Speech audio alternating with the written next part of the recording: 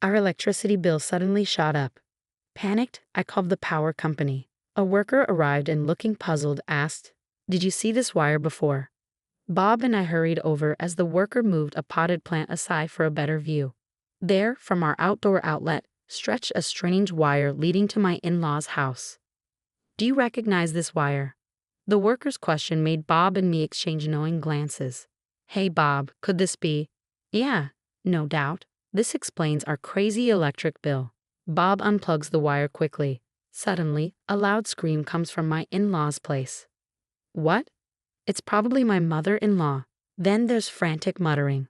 The voice grows louder, and suddenly, my mother-in-law jumps out from the bushes. I'm Mary Johnson, a 32-year-old stay-at-home mom. I love trying out limited-time desserts as a hobby.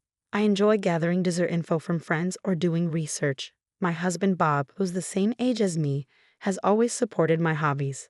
We've known each other since college, and I've always admired his kindness. I also have a deep fondness for my in-laws who raised such a wonderful man. Many of my Mary friends complained about their mothers-in-law, but thankfully, that's not the case for us. My mother-in-law and I share a love for desserts, and she's always happy when I bring her treats. My father-in-law, though quiet, always has a reassuring smile. They've always been kind to me, and I feel the same about them. They live about a 30-minute drive away. Not too close, not too far away, just the perfect distance. But sometimes I wonder if maybe we could live together, the four of us. It's not that I'm eager for it, but I think we might get along better than expected. I admire them enough to entertain such thoughts. However, life doesn't always go as smoothly as we hope. One day, I was shocked by the news from Bob. "Your parents?" It turns out my in-laws were moving into the empty house next door. I always assumed they owned their place, but it seems they were renting. Their house had aged, prompting them to consider moving. When they discovered the vacant house next to ours, they seized the opportunity. It's a sudden, close move. Anxiety immediately washed over me. So far, I've had a good relationship with my in-laws, but I worry about how this will change things. Living next door means we could see each other every day if we wanted to. I do like my in-laws, but truthfully, seeing them daily feels overwhelming. However, I can't just say that now. It's too late to back out. In fact, when we learned about the move, Bob gently suggested to his parents, "Maybe you shouldn't." But they brushed it off, insisting, "We get along so well now. It'll be fine." I once thought we could even live together. I regret ever entertaining such optimistic thoughts. As my anxiety heightened, my in-laws moved in next door. We greeted them cautiously, and initially things seemed fine. We kept a respectful distance and set boundaries. But as they settled in, my mother-in-law began to overstep boundaries like never before. She started exhibiting all the don't do this behaviors you hear about. Dropping by unannounced became routine, and once inside, she acted like it was her own home. Not only that, it felt like they were monitoring our every move. Then, on the day my mother-in-law showed up uninvited and commented on our dinner, she said something unbelievable. "Hey Mary, I've been thinking maybe you could stop locking the door." I was speechless. Can you imagine in this day and age? My mother-in-law suggesting we leave our door unlocked. Not locking it means anyone could walk in at any time, which is not only unsettling but clearly unsafe. Since my mother-in-law moved nearby, even the sound of the doorbell makes my heart race. Now there's a chance she could just stroll into our house without us even noticing. That's definitely not something I'm comfortable with. Given the current circumstances, I have to admit, the thought of leaving the door unlocked is unsettling. Trying to keep the mood light, I politely declined with a smile. However, she frowned and responded, "Oh Mary, you're such a warrior. But don't worry, I'll ask our neighbors to keep an eye out for you. And remember, your father-in-law and I are nearby. We'll be dropping in often." I know her intentions are good, and I appreciate that. That's why I couldn't bring myself to tell her how overwhelming her frequent visits had become, but everyone has their limits. Last week, it felt like she was always at our doorstep. Having tea with my mother-in-law every day at our house naturally leads to some tensions. I've come to realize that maintaining a healthy relationship between a mother-in-law and daughter-in-law is all about finding the right balance. She'd leave random potted plants in our yard or plant flowers without asking, as if she had free rein. If it happened once in a while, I could overlook it, but it became a daily occurrence. Since the door incident, she's brought it up multiple times. I managed to deflect her by citing my strong security concerns as a wife. However, once that was settled, my mother-in-law started asking for a spare key. I knew I had to get Bob to reject her request. Giving her such a powerful item now was simply not an option. Despite my disagreements with her behavior, I didn't exactly dislike her. She could be intrusive, but I understood it came from good intentions. Instead, I felt more guilty about turning her down than anything else. But over time, those feelings began to shift. Whether it was me, her, or both of us changing, I couldn't say. However, I started to feel uneasy and annoyed by her remarks. It was a few months after she moved in. By then, it had become routine for her to visit after lunch. I once inquired about my father-in-law, and it seems he typically goes for walks or shopping alone. I suggested she join him, but she declined, saying, "Walking tires me out." Lately, she's become a typical mother-in-law. Before, when I made her tea, she'd just say thank you. But now there's always a comment like, "It's lukewarm," or "It's weak." Every time she speaks, it's either gossip or speaking ill of someone. Being around her brings me down. But I can't exactly push her away, so I just nod and force a smile. It's not a great situation, right? The grass keeps growing, and they never cut it. I've even thought about mowing it myself. Today, my mother-in-law was passionately discussing a neighbor's consistently neglected yard, so I was like, oh, when she suddenly stopped talking, I instinctively followed her gaze to the bookshelf. Did she find a book she liked? It'd be peaceful if we can just read together. Did you find a book you're interested in? As I was about to approach the bookshelf, she reached past it, grabbing something from the rack next to it. Susan, you shouldn't touch that. Upon seeing what she took, I quickly reached out, but she innocently opened it, then exclaimed with delight, "Oh my Mary dear, oh dear, didn't you overspend last month? Goodness, your electricity bill is twice as much as ours." What? My mother-in-law was looking at, as if she were reading a weekly magazine, was our household account book. "Stop, give it back." When I quickly took it away, my mother-in-law chuckled softly. "You really don't have to be so flustered. But Mary, it seems like you're not so good at saving money. Bob must feel bad having a wife who struggles with budgeting. You should try a bit harder, okay?" My face burned with embarrassment as my mother-in-law boldly opened the household account book, clearly labeled on both the front and back covers. I was incredulous. Regarding the desserts, I have a soft spot for limited edition treats too, so I understand the temptation. But if you can't save a dime, do you truly deserve to indulge in sweets? Adding to the frustration, my mother-in-law kept on nagging, criticizing our spending on food and a skyrocketing electricity bill. She even boasted about her own frugality. After her tirade, she seemed content and left. Once she was gone, I was overwhelmed with emotion and couldn't stop crying. The built-up stress likely played a role as well. I had reached my breaking point. I cried uncontrollably until Bob returned home. "You don't have to take Mom's criticisms to heart," he reassured me, though I found it easier said than done. "I'm really sorry. I'll talk to Mom and ask her not to visit as often," he added, comforting me. After I had calmed down a bit, I decided to address another concern that had been weighing on me, the soaring electricity bill, as pointed out by my mother-in-law. It had inexplicably spiked over the past few months. I was worried about it, but dealing with my mother-in-law had consumed all my attention. Bob examined the details of the electricity bill, puzzled. "This is definitely unusual. I know, right? The next bill is due soon, isn't it? If it seems off again, we should contact the electric company," I suggested. A few days later, a bill arrived, shocking us with a whopping $1,300 increase, more than double our usual amount. Sensing something was wrong, we quickly arranged for a technician from the electric company to visit. The technician conducted a thorough inspection and then directed our attention to something peculiar. "Were you aware of this wire?" As Bob and I approached, the technician gently moved a potted plant, revealing an external outlet hidden beneath its long leaves. We had forgotten about it since we never used it after building the house. From that outlet, the technician pointed out, a wire extends, leading towards my in-laws' house. "Do you know anything about this wire?" At the technician's question, Bob and I exchanged knowing glances. We both had a suspicion. "Hey, Bob, could this be?" "Yeah, without a doubt. This explains our sky-high electric bill." To confirm, we followed the wire with the technician, navigating through bushes and tall weeds. True enough, The wire led to my in-laws' storage shed. We couldn't see where it connected from our vantage point, but it was evident that it had something to do with their house. The technician, with a serious expression, asked, "Should I call the police?"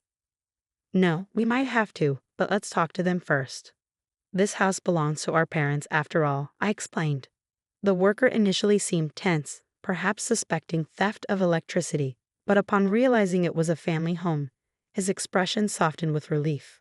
"Oh, I see. I'll be on my way then." "Yes, thank you for taking the time to come out here. We really appreciate it," I replied gratefully. We escorted him to his vehicle and watched him drive off. After he left, Bob and I turned to each other, lost in thought. Bob let out a heavy sigh, resting his head in his hands. "I'm sorry for having a mother like that," he said with a hint of frustration. "It's hard to say. Don't worry about it. What should we do next?" If it's like any other day, Bob's parents are probably home right now. Should we confront them directly, or should we come up with a plan first? Bob, his hand covering his mouth, began to walk towards the external outlet.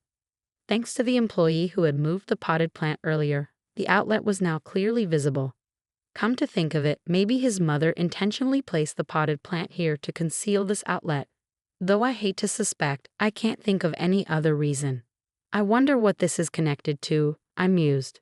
Suddenly, Bob reached out and swiftly unplugged the wire. "Wait, is it okay to unplug that?" I asked, a bit concerned. "I just did. The thought of them calmly stealing our electricity all this time makes me furious," Bob replied indignantly. "Anyway, we have the employee as a witness. I won't let them make any excuses. If necessary, we have that as well," he added firmly. "That's true," I nodded in agreement, feeling determined. Suddenly, a piercing scream echoed from Bob's parents' house, likely my mother-in-law's. Moments later, we heard frantic muttering and the voices started approaching us. Then, with great force, my mother-in-law burst out from behind the hedge, clearly not expecting to find us there. Upon seeing us, she let out a surprised gasp. "What are you two doing here?" she snapped. I stood tall and replied, "Susan, do you have business in our yard? You seem quite flustered." She looked away, visibly uncomfortable. Meanwhile, Bob held onto the removed wire firmly. When my mother-in-law exclaimed, "Oh," and tried to snatch it from Bob, he deftly hid it behind his back. "What are you doing?" she demanded. "No, that's what I should be asking you," Bob retorted, thrusting a wire in front of her face. This was plugged into our outlet. He emphasized the word "our." My mother-in-law's eyes darted around, and then she defensively looked upwards. "So what? Do you know where this wire goes?" "I have no idea," she admitted. "Just plug it back in now. Things are a mess here since you pulled it out." I couldn't believe her audacity. She was essentially admitting to causing the issue without any remorse. But my mother-in-law seemed more panicked than guilty. I understood why she was so flustered. Smiling reassuringly, I spoke up. "Susan, please calm down. Let's discuss this calmly. How can we plug in a wire when we don't know where it leads? This is our outlet, right? It's not so simple to just plug it in, especially when we don't understand its purpose," I insisted. My mother-in-law squirmed uncomfortably. "Oh, Susan, remember what you said to me? You lectured me about not wasting electricity and criticized Bob for having a wife who couldn't save on energy." "Well now," she trailed off, clearly flustered. "I won't make it in time," I heard her mutter under her breath. "What time is it now?" "It's 9:57. Oh no, I'm going to be late." With that, my mother-in-law hastily left, stumbling as she went. Bob looked perplexed by his mother's odd behavior, and I quietly explained the reason to him. "Huh? Is that what you meant?" he mused. "So if we stick around, she'll show up again." "Exactly," I confirmed. Bob tossed the wire aside, and we returned inside the house. Shortly after, I heard a rattling sound at the front door, followed by the doorbell ringing. "It's my mother-in-law," I announced as I unlocked the door and opened it. "Hello, Susan," she greeted, pushing past me and entering the house. She seemed visibly upset, her footsteps echoing heavily as she made her way to the living room and plopped down onto the sofa. Bob, who was already there, looked puzzled, but before he could speak, my mother-in-law interjected. "Oh, I'm thirsty. Is the tea not ready yet?" "You're so slow. It's common courtesy to act before being told, you know," she complained. "And another thing, why do you always lock the door? Everyone in the neighborhood thinks I have a standoffish daughter-in-law. There's nothing valuable in this house anyway.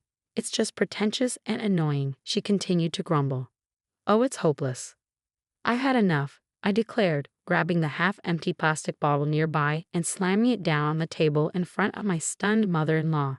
She sat there, eyes wide with shock. Here you go, Mary, your water.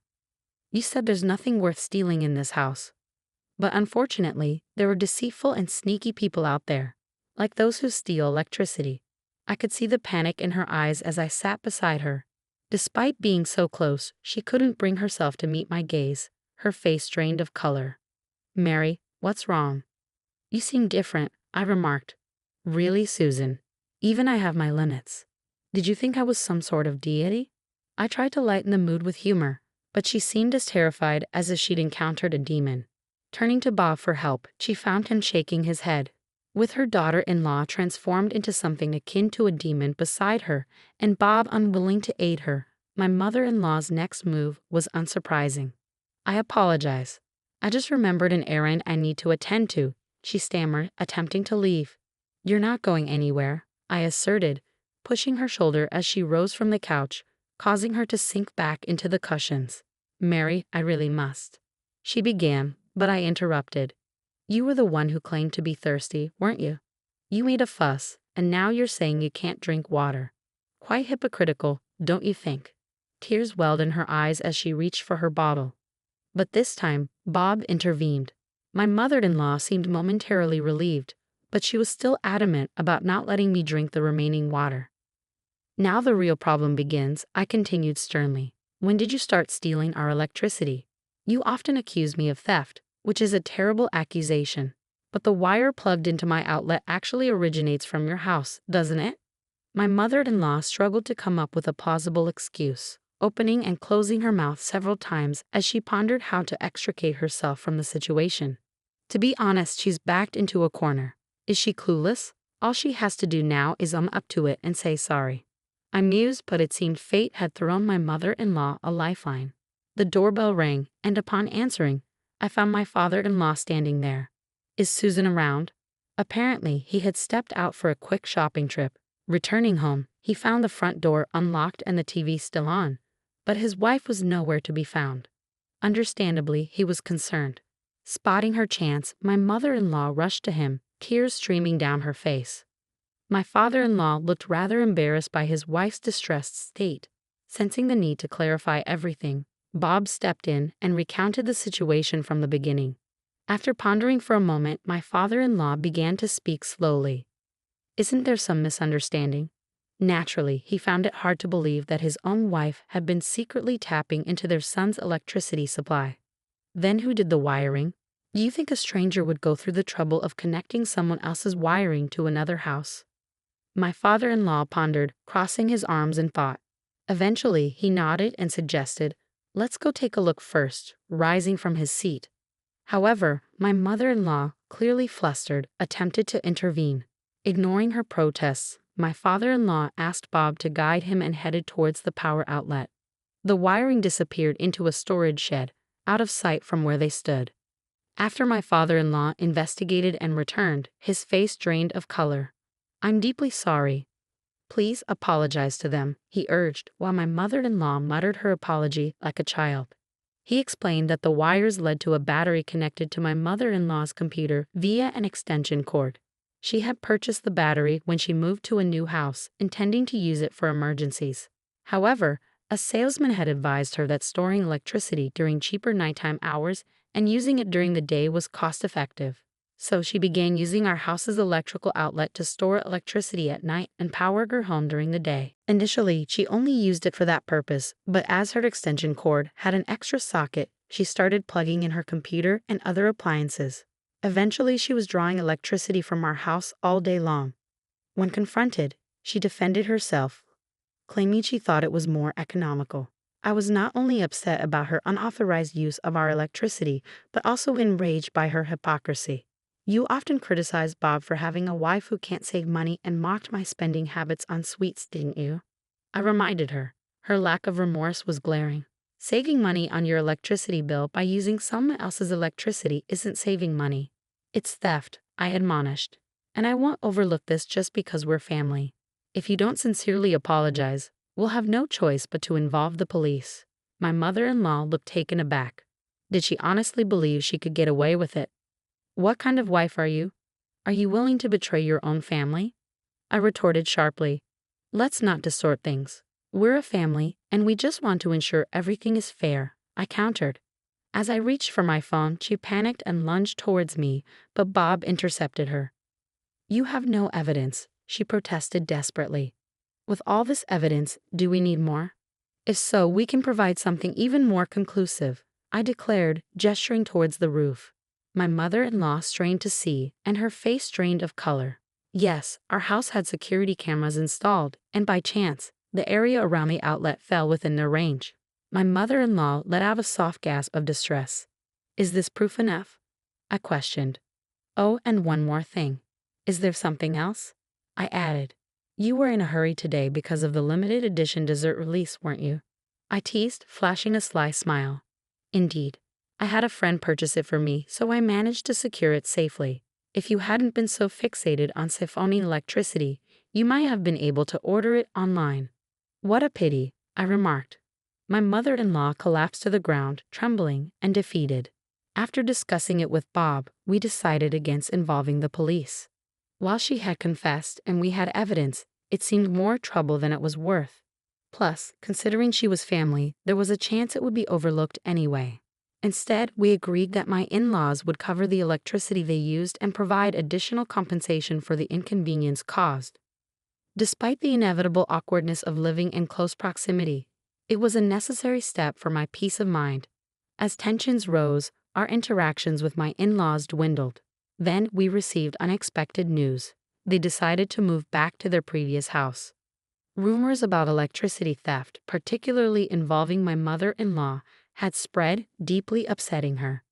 She tearfully expressed her desire to return to their old home. Surprisingly, I discovered that my mother-in-law didn't have the strong relationships with her neighbors that I had assumed. Instead, she was treated delicately, like a fragile object. After covering the compensation and moving costs, my in-laws found themselves financially strained. However, we made it clear that we wouldn't be offering any financial assistance. It's up to them to adjust their spending habits and manage on their own. With my mother-in-law gone, I've been enjoying life to the fullest each day. Our electric bill has significantly decreased, and now I'm contemplating which dessert to indulge in next.